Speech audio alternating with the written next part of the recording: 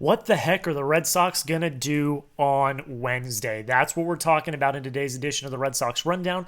I am your host, Jack. Thank you so much for taking the time to watch this video. Tim Healey had this before yesterday's series finale against the Arizona Diamondbacks. He said, and I quote, Payton Tolle probably won't start on Wednesday against the Athletics, but might figure out of the bullpen, Alex Cora said. So, the Red Sox are heading to Sacramento to take on the Athletics. They have their first game tonight, where Garrett Crochet is on the mound. Cut and dry, Crochet is who he is. We know about that. Tomorrow, Dustin May is on the mound. Not ideal, but it's also the A's. We'll see what happens. And then Wednesday was maybe supposed to be Payton Tolle, but again, with however many days rest, he hasn't gone 5 days rest. He's gone 6-7 days rest. It now appears, according to Alex Cora, that Tolle is not going to get the start on Wednesday. So the question is, what the hell is happening? Who's getting the start? We have a few options in AAA that we're going to talk about today because Tommy Castle had two notes earlier yesterday morning, basically, about Connelly Early and Kyle Harrison. Now, I know we've been talking about Kyle Harrison forever now.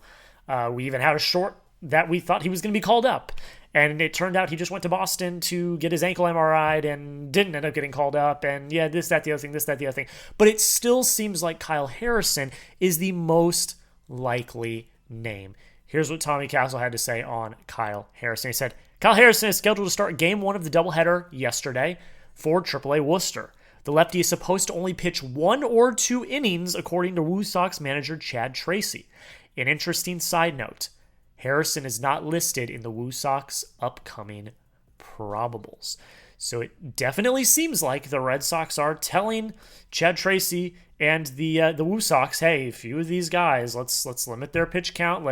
We might need them over the next few weeks. And again, I've said it time and time again, Kyle Harrison is probably the most obvious. Payton Tolle was the most obvious until he got called up, and now it seems like it's Kyle Harrison. We've already talked about Kyle Harrison ad nauseum on this channel, multiple videos at this point. I think it would be an interesting prospect to call him up and see what he's got. He's got major league experience. He has been pretty good as of late in AAA as he completely overhauled his pitching arsenal. I'm all for it. Bring him in on Wednesday, have him be the opener, see how many innings he can go, and then maybe you go to Tolle, maybe you go to Bernardino, maybe you go to whoever. It's an interesting thought. If it's going to happen, it needs to happen today or tomorrow because you need to fly him all the way out to Sacramento. But nonetheless, Kyle Harrison is the first option of pitchers that were held kind of to limited innings over the last few days.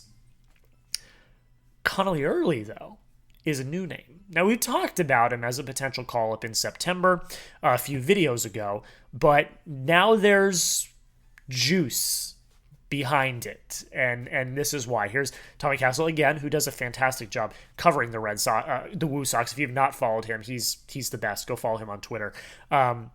Here's what he had to say on Connelly Early. Chad Tracy on Connelly Early being scratched from his AAA start yesterday.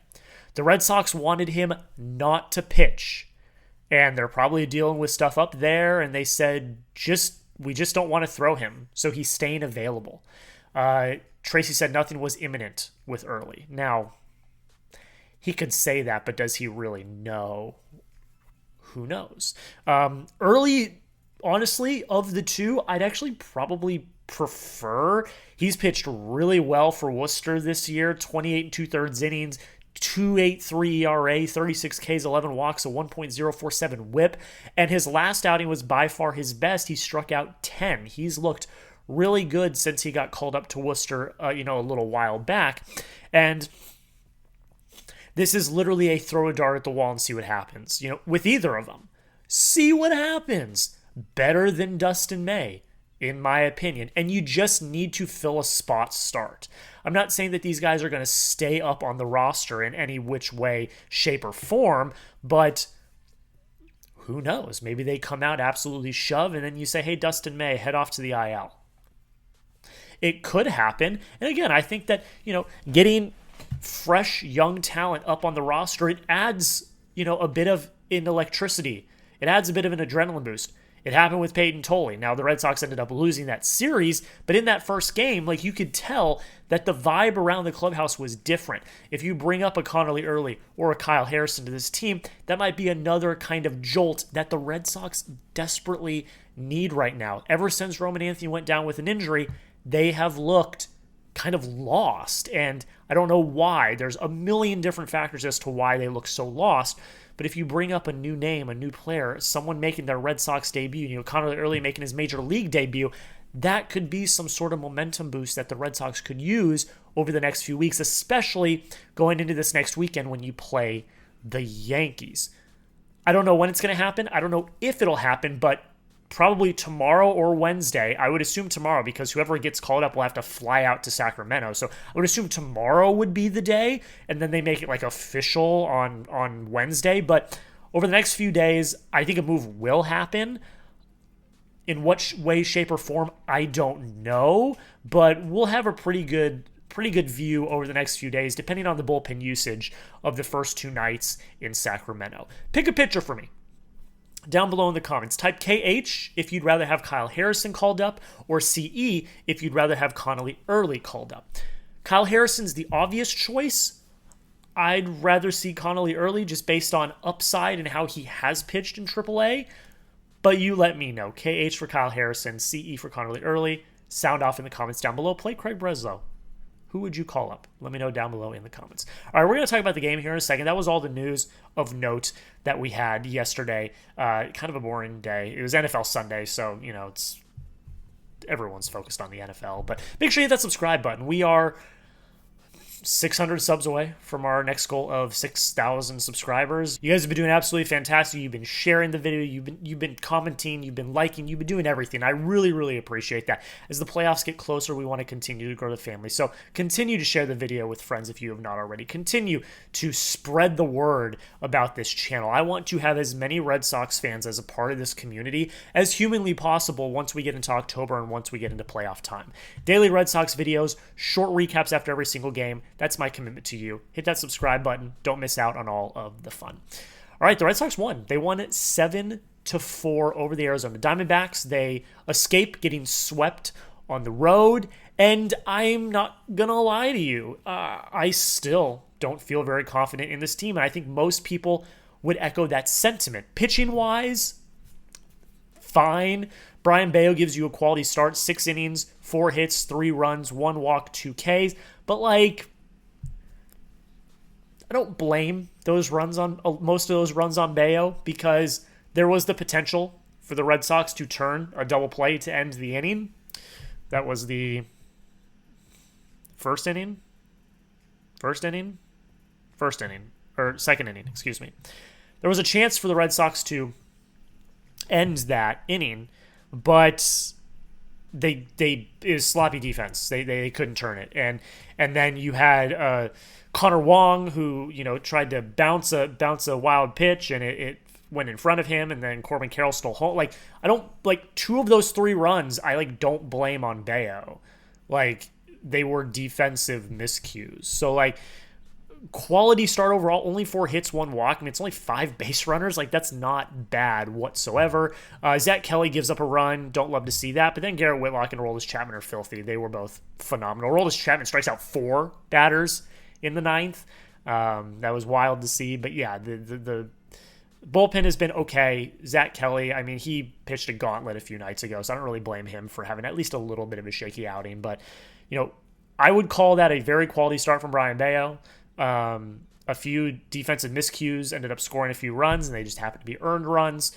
But yeah, it is what it is. Sloppy defense. And that's part of the reason why I don't feel super comfy after this win, because the defense, that entire series was really lackluster, and it showed again yesterday with, basically giving up a few runs at the end of the day. You didn't have any errors, but you had a lot of sloppy defense and sloppy decisions, and that doesn't bode well going forward overall. And then the offense. The offense continues to be really, really cold. You win 7-4, but that's a very deceiving 7-4. You scored 3 runs in the 7th, 3 runs in the 9th.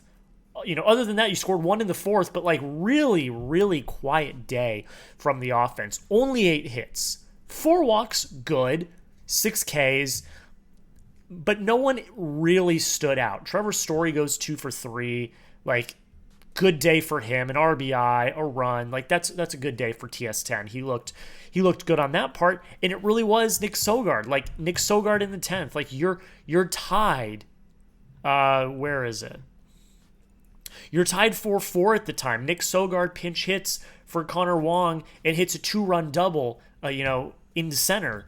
Like, that was huge. And, a reason both those runs scored is because Alec Thomas dove and didn't catch it and it went past him in center.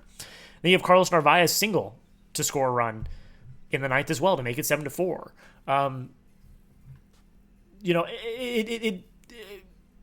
I don't feel comfy with this offense. I think most people would agree. You had murderer's row of David Hamilton, Ceddanne Rafaela, Connor Wong, Masataka Yoshida in order. Like, that's just not, it doesn't move me at all. And, a lot of them didn't do well. Wong, 0 for today. Rafaela goes 1 for 4. Okay, that's fine. Bregman goes 0 for 4 with a walk. Yoshida goes 0 for from the leadoff position. Duran goes 0 for with a K.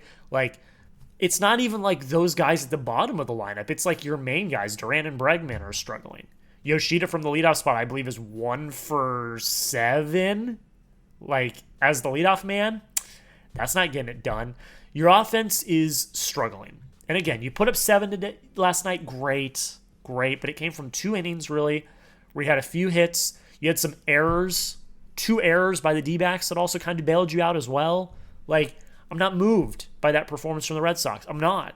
Especially after, ever since Roman Anthony's gone down, your offense has kind of gone in the tank. And you score 7, you get bailed out of a game. But again, I'm not moved. I'm not moved by it. And I'm not confident in this offense. They need to show me more against better pitching for me to think, okay, we're getting back out of it. You face New York this weekend, and that could make or break your home field advantage chances for the rest of the year. Because if you lose some of those games, they're going to continue to build a lead. And as we look at the standings, we're doing our standings check, they're a game and a half up. If that turns into 2.5, 3.5 games, you're in trouble. You can kiss home field advantage goodbye in the wild card. Again, I'm not worried about the wild card. You're 5 games up on the Rangers from being eliminated from the wild card. I'm not worried about that. You got 18, 17 games left in the season? You're fine in terms of the wild card. Knock on wood if you're with me. But if you lose 2-3 games, if you lose 2 of the 3 games to New York this weekend, you could be 3.5, 4 games back of home field advantage, and that's just an insurmountable lead. It's just not great. So I need to see the Red Sox go out, put up and shut up, and put together some good innings. You did it yesterday, But again, you did get bailed out with some errors. One at bat where a guy dove in center, didn't catch it, scores you 2. I think the D-backs kind of bailed you out. You didn't play good. I think the D-backs played bad, and you got bailed out. So I'm not moved by that performance. I'm still very concerned and very uncomfy with how the offense has looked as of late. Predict the record against the Athletics. Go down below. 3 games. You've got Crochet, May, and TBD. I don't know. I'm not feeling good about the Dustin May game at all until he proves me wrong. I don't feel good. I have no idea what Wednesday is, so we'll see. You'd hope Crochet puts up a good outing. But the A's are sneaky good. They've got a lot of really good, exciting young players. So, I don't even know how to feel. So you predict the Red Sox record for me down below in the comments. While you're down there, make sure you hit that subscribe button. Follow me on Twitter and all my social media. All of that's going to be linked down below in the comments and the description of today's video. We're going to be back later tonight, 9 p.m. first pitch in Dallas. Oh my gosh, it's going to be horrible. We're going to be back later tonight and tomorrow morning with a short recapping the game. Then we'll have our full-length video. I'm going to be up so late, I'm not excited about it at all, but that's what I do for you guys. So hit that subscribe button, join us, and until next time, go Sox.